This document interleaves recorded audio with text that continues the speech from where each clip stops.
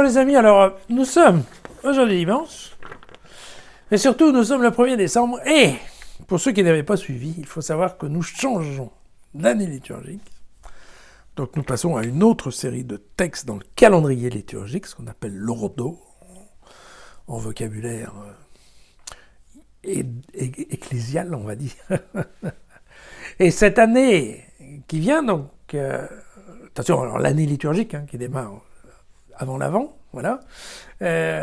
Donc cette année 2024-2025, donc c'est ce qu'on appelle l'année C. Je vous rappelle que nous avons 3 années ABC, chacune des années étant plus ou moins dédiée à un évangéliste synoptique.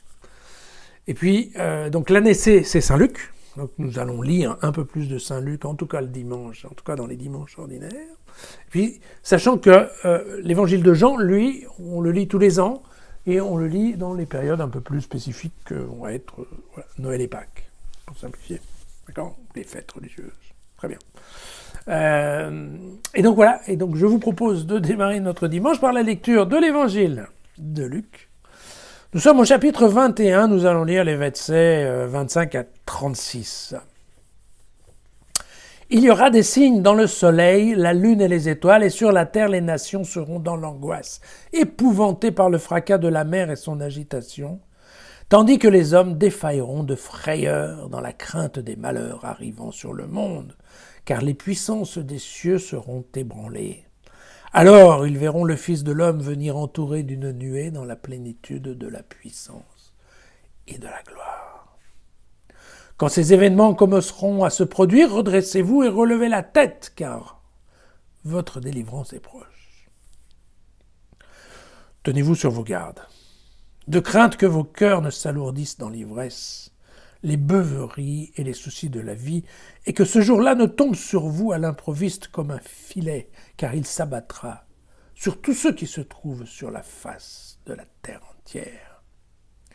Mais restez donc éveilleux dans une prière de tous les instants pour être jugés dignes d'échapper à tous ces événements à venir et de vous tenir debout devant le Fils de l'homme. Bien. Alors évidemment, vous avez raison, ça doit nous rappeler quelque chose parce qu'on a lu un texte à peu près équivalent chez Marc, aux alentours, il me semble que c'était vers le 17 novembre, vous voyez, ce passage qu'on appelait la petite Apocalypse. Et donc aujourd'hui, nous sommes exactement dans la petite Apocalypse, mais vue par Luc et non plus vue par Marc. Alors, pour mémoire, concernant Luc, c'est Irénée de Lyon qui, au IIe siècle, a suggéré qu'on pouvait appeler cet évangile comme l'évangile de Luc. Pourquoi alors ? Parce que dans les Actes des Apôtres, on parle d'un Luc qui était médecin, et ici, dans l'évangile, il y a quelques passages qui éventuellement peuvent nous faire penser que l'écrivain était médecin.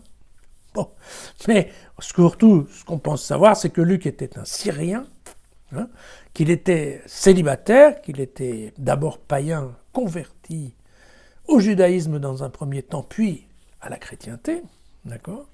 Et puis qu'il a vécu dans une communauté qui probablement était ce qu'on appelle une communauté paulinienne, donc plutôt sous l'organisation de Paul, voilà.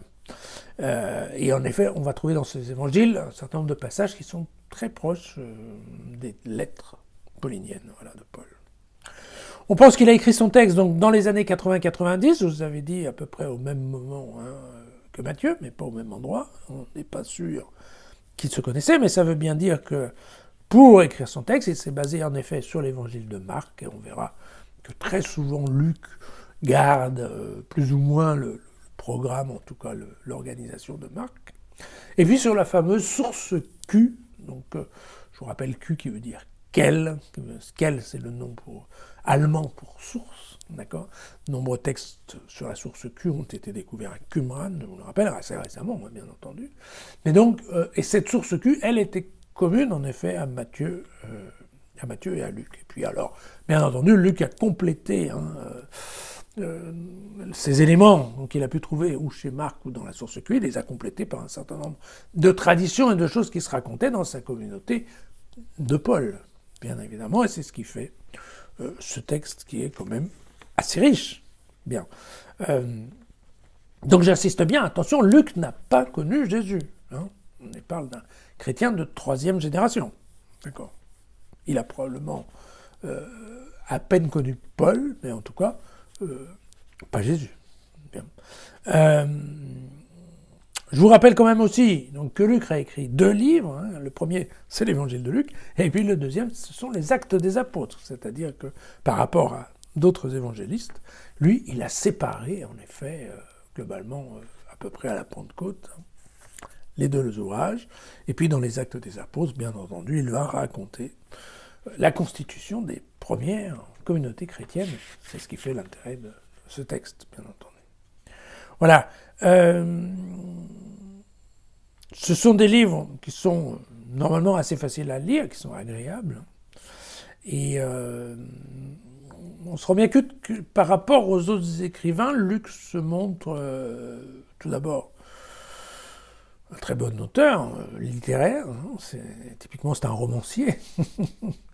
Mais aussi un historien, car on verra que dans l'évangile de Luc, Luc nous donne beaucoup de détails sur les dates, les lieux, des choses comme ça. Pour Luc, l'évangile n'est pas qu'un raisonnement éthéré, théologique, comme des fois Matthieu peut l'être un peu. Là, il y a vraiment des détails. Et puis, il se montre aussi un fin théologien, parce que, partant, il a été païen, il a été juif, il est maintenant chrétien, et donc à la fin, il y a quand même toute une théologie qui apparaît, entre autres la théologie de la miséricorde et du soin pour les plus pauvres, hein, qu'on voit transparaître dans la plupart de ces textes et la façon dont il les a écrits. Donc vous voyez que si en plus il était médecin, donc ça fait quand même quelqu'un de très complet. Voilà, ce passage d'aujourd'hui, le passage de Luc 21, je vous l'ai dit, donc il est très proche hein, donc de la petite Apocalypse de Marc, sachant que ici Luc insiste peut-être plus sur le mouvement des flots, parce que oui, c'est vrai que globalement, quand on habite en Palestine, on n'est quand même pas très bon marin. Hein. La seule expérience qu'on a, c'est de faire de la barque ou du voilier sur le lac de Tibériade, et c'est quand même pas... Bon, certes, il y a des tempêtes et il y a du vent, mais enfin, c'est pas... voilà, hein, c'est pas quand même un grand marin. Donc ça, c'est tout à fait vrai. Et puis, on voit bien qu'il y a une... En fait, Luc, lui aussi, fait appel... à l'épisode de Daniel au chapitre 7 pour parler de la parousie.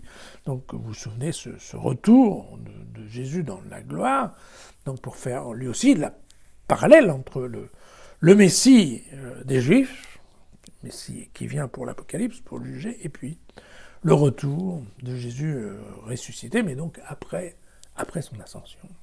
Un retour à une date qu'on ne connaît pas forcément bien. Voilà. Mais c'est intéressant qu'en effet, Luc, qui a fait naître Jésus dans une crèche, dans une mangeoire au milieu des bergers, eh bien, fait terminer Jésus sur un trône de gloire exactement comme les Juifs. Donc vous voyez que c'est quand même un sacré parcours. Bien. Alors, ce qui est vrai, c'est que si le début du texte est en effet assez proche de Marc, bon, par contre les deux derniers paragraphes, tenez-vous sur vos gardes. Là, on est, d'une part, c'est spécifique à Luc, on est dans un mouvement un peu moraliste, tout à fait inspiré d'un certain nombre de moralistes juifs, mais aussi d'un certain nombre de philosophes grecs, puisqu'on est en train de parler de sagesse, hein, si on veut bien. Et le filet, ça nous rappelle aussi, vous savez, on le reverra, mais il y a un évangile qu'on trouve chez Luc aussi, qui est la parabole du semeur, et vous savez, il y a le grain qui tombe à côté du champ, eh bien, il s'étouffe par les soucis de la vie et les beuveries, vous voyez. Donc là, en effet, on retrouve un peu les mêmes sources d'inefficacité de la parole de Dieu. En effet. Voilà, le filet qui tombe, c'est celui du piège qui est tendu dans la forêt pour attraper les animaux sauvages, ça va de soi. Voilà. Alors, c'est vrai que quand on lit ce texte, aujourd'hui, qu'on voit un peu toutes les catastrophes naturelles, climatiques, l'eau qui ravage tellement de pays, il va de soi que, voilà, c'est un texte évidemment qui nous parle. L'éveil, la prière, pourrait-il éviter la catastrophe? Pour être très honnête, moi personnellement, j'en suis quand même pas tout à fait certain. Voilà, je pense qu'en effet, il vaudrait peut-être mieux baisser la température que prier ne risque de ne pas suffire. Mais encore une fois, c'est une pensée tout à fait personnelle. À demain.